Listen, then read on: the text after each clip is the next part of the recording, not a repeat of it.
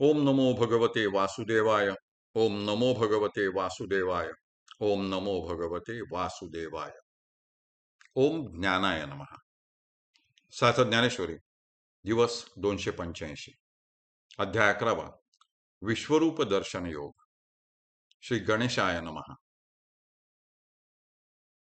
अशोकाचे अंग वसे, चघळीले कर्हेनी जैसे, लोक वक्त्रा माझी तैसे वाया गेले.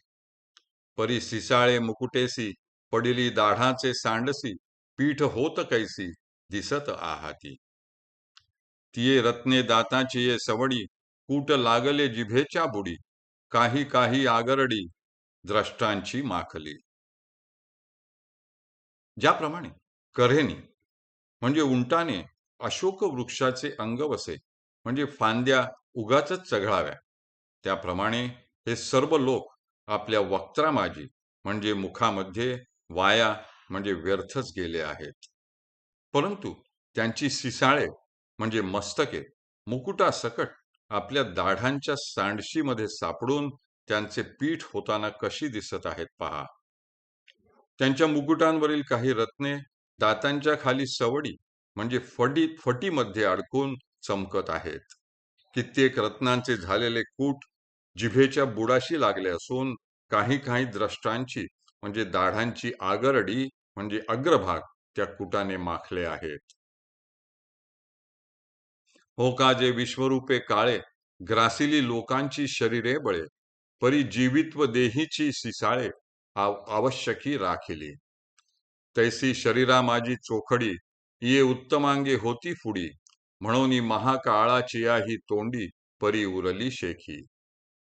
मग म्हणे हे काय, जन्मलया आन माहेरची नाही, जग आपैसेची वदन डोही संचारत आहे. हो का म्हणजे अहो असे पहा की ह्या विश्वरूपी काळाने लोकांची शरीर व सामर्थ्य जरी बळजबरीने ग्रासली आहेत, तरी देहांचे जीवित्व असलेली सिसाळे म्हणजे मस्तके ती अवश्य राखली आहेत. तसेच शरीरामधील चोखडी म्हणजे शुद्ध असलेली मस्तके जरी फुडी म्हणजे पुढे होती, तरी ती उत्तमांग म्हणून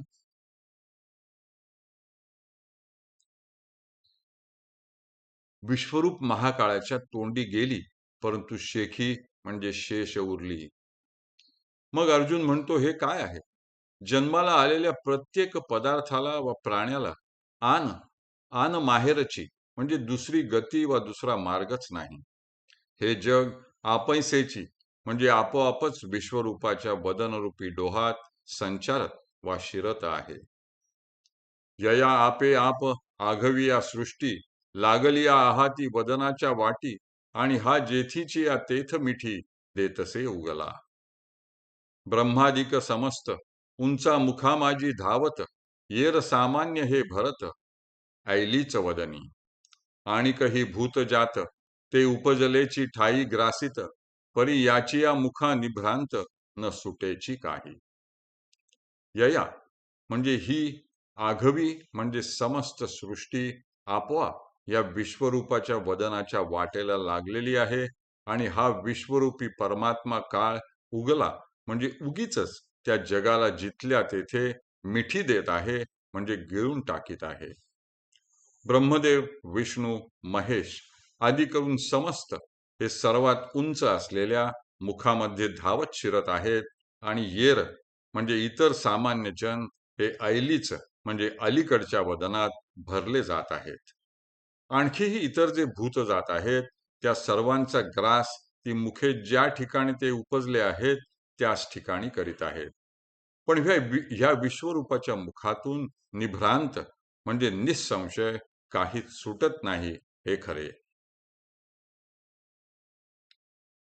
हे भगवन, यथा नदीनां बहवः अम्बुवेगाः अभिमुखाः सन्तः समुद्रम एव द्रवन्ति, तथा अमी नरलोकवीराः तव अभिविज्वलन्ति वक्त्राणि विशन्ति.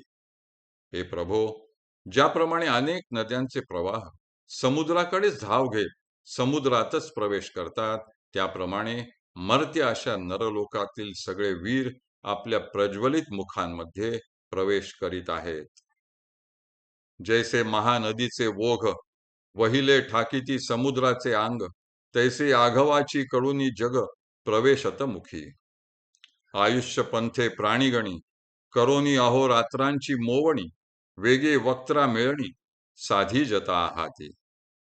ज्याप्रमाणे सगळ्या लहान मोठ्या व महानद्यांचे ओघ म्हणजे ओघ वा प्रवाह सहज वाहत वाहत शेवटी समुद्रालाच येऊन मिळतात, त्याचप्रमाणे हे समस्त जग सर्व बाजूंनी येऊन विश्वरूपाच्या मुखात प्रवेश करीत आहे. सर्व प्राणीगण आपापल्या आयुष्याच्या पंथावर अहोरात्रांची मोवणी म्हणजे रात्रंदिवसांच्या पायऱ्यावर वाटचाल करून त्वरेने आपल्या वक्त्रा म्हणजे मुखात येऊन मिळण्याचा योग साधित आहेत. हे देव, यथा पतंगाः समृद्ध वेगाः सन्तः नाशाय प्रदीप्तं ज्वलनं विशन्ति, तथा एव लोकाः समृद्ध वेगाः सन्तः तव वक्त्राणि अपि नाशाय विशन्ति. हे भगवंता, पतंग ज्याप्रमाणे नाश पावण्यासाठीच वेगाने समृद्ध म्हणजे युक्त होऊन प्रदीप्त अग्नीमध्ये शिरतात, त्याचप्रमाणे हे सर्व लोकही स्वतःच्या नाशासाठीच वेगाने समृद्ध म्हणजे युक्त होऊन आपल्या मुखात प्रवेश करीत आहेत. जळतया गिरीच्या गवखा माझी घापती पतंगाची या झाका, तैसे समग्र लोक देखा ये वदनी पडती. परी जेतुले येथ प्रवेशले ते त्या तातलिया लोहे पाणीची पा गिळले, वह वहवटीही पुसिले नाम रूप तयांचे. जळतया म्हणजे वणवा पेटलेल्या गिरीच्या गवखा माझी म्हणजे दरीमध्ये पतंगांचे समुदाय, झाका म्हणजे झेप, घापती म्हणजे घेतात, त्याप्रमाणे हे सर्व लोक आपल्या वदनी म्हणजे मुखामध्ये येऊन पडत असल्याचे मी पाहत आहे.